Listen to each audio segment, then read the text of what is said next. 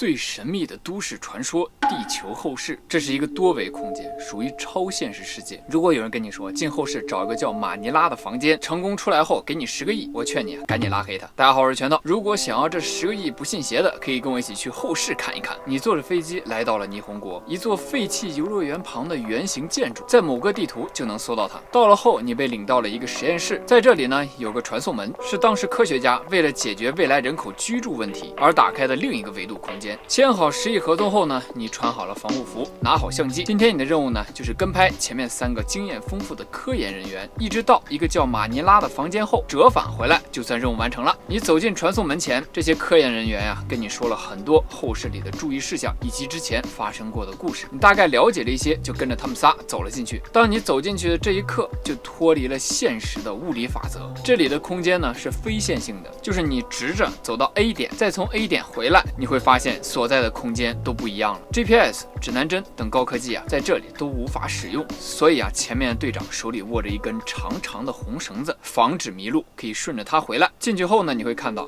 整个空间呀都被黄色的墙纸包围，地毯非常的潮湿，即便你穿着防护服都能闻到一股臭味。但是你可千万不能把防护服摘了去闻，不然就会感染病毒而亡。但是这个灯啊时常闪烁，而且呢一直响着特别大的电流声。进去后啊，你就紧紧的跟着队伍。队长跟你说过，这个空间呀会精神干扰人，他总是呢想让人落单，体验极致的孤独，然后在这个空间里迷失，直到饿死。所以落单后啊，大概率就会精神失常。这次你们要去的那个房间马尼拉呀，之前呢有人到过这个房间，说了几句话之后就消失了，再也没有回来过。你们正走着的时候，突然间发现了一个实体，这个怪物呢叫蹲人，他正在对着墙捶一只玩具熊。你想想这玩意儿得多残暴，什么东西能连一只玩具熊都不放过呢？更恐怖的是啊，任何实体攻击都对这个蹲人是无效的，可以烧死他，但他的尖叫啊会引来更多的同伴。队长呢跟你们说，一定不能出声，加快脚步，悄悄地离开这里。前面呢正好有一个通道，写着安全出口，于是你们就冲着那个地方去了。没成想那东西突然间发现了你们，就冲了过来，于是你们一路狂奔。就在你回头看了一眼的功夫，再转头回来，队长他们呢已经消失在了拐角处。这个时候呢你也管不了那么多，只能一路继续向前狂奔。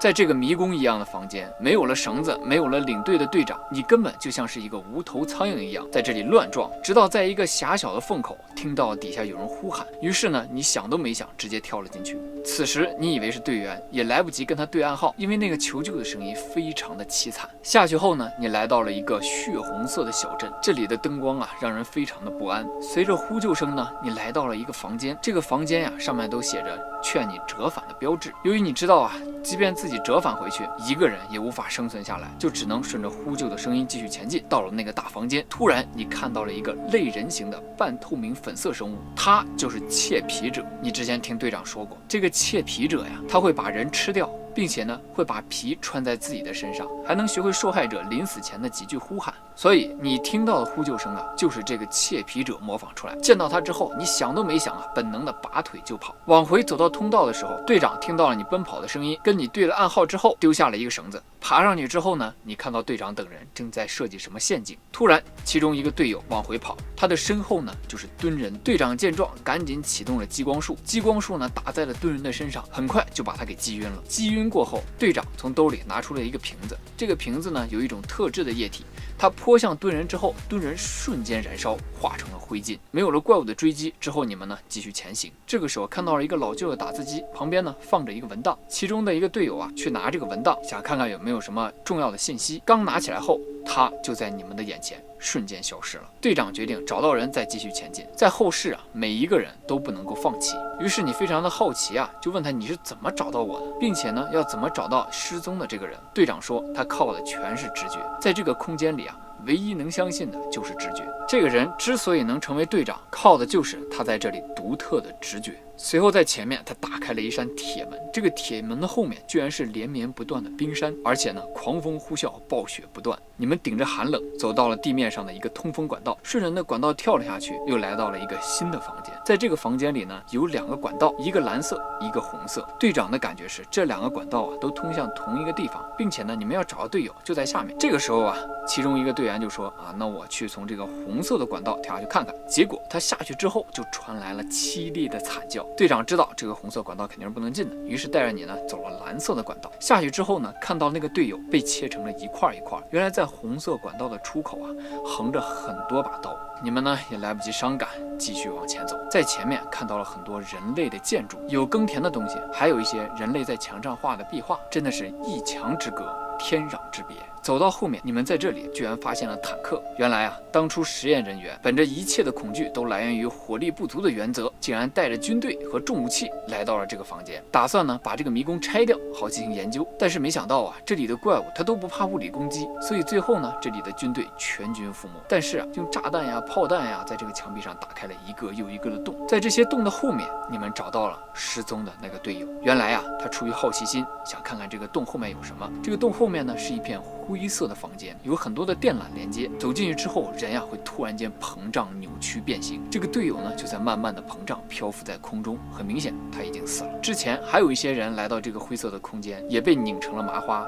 拴在了一块。队长见状啊，就跟你说，这个任务啊，咱不能进行了，10亿啊，你也别想了，咱得赶紧撤离，要不然真的是有去无回啊。于是你们就继续往前走，想回到上层，找到这个红色的绳子。往前走，看到了一个红色的按钮，队长想都没想，摁了下去。旁边的墙壁打开，有很多的萤火虫飞了出来。这里面呢是一片沙漠，沙漠旁边还有湖泊，顶上呢是一轮圆圆的月亮。你们走了进去，要穿过这个沙漠。但是走着走着呢，突然之间温度开始上升，月亮变成了红色，沙漠开始沸腾，队长陷入了沙流当中。你是怎么拽怎么拖都拽不出来队长。队长说了，你呢也救不出来我了，但是我估计啊你自己也回不去。于是呢给他指了一个门，说你现在呀去找马尼拉的房间，说不定还有一线生机。来不及多想，只能拔腿狂奔，来到了沙漠中竖立的一扇门。打开门之后，你掉了下去，你发现呀，你居然在半空当中，而且呢下面是无尽的海洋。